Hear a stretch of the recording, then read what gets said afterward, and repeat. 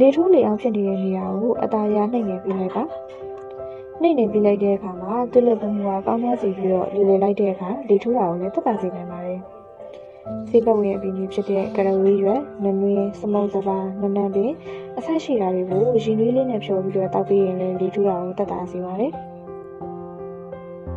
အဖက်ဖန်နီကသတိဆုံးတစ်စုံဆောင်ကိုရေတဖန်ခွက်နဲ့ရောပြီးတောက်ပေးတာမျိုး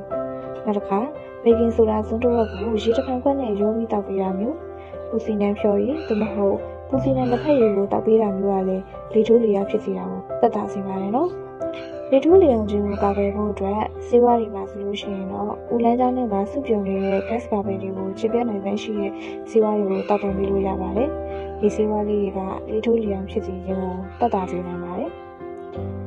နုနဲ့နှုတ်ထပစ္စည်းတွေမှာပါဝင်တဲ့လက်တိုးနဲ့ဓာတ်မတည့်တဲ့သူတွေအနေနဲ့ကတော့လေထိုးလေအောင်မဖြစ်အောင်ဘယ်လိုမျိုးကာကွယ်နေထိုင်ကြမလဲ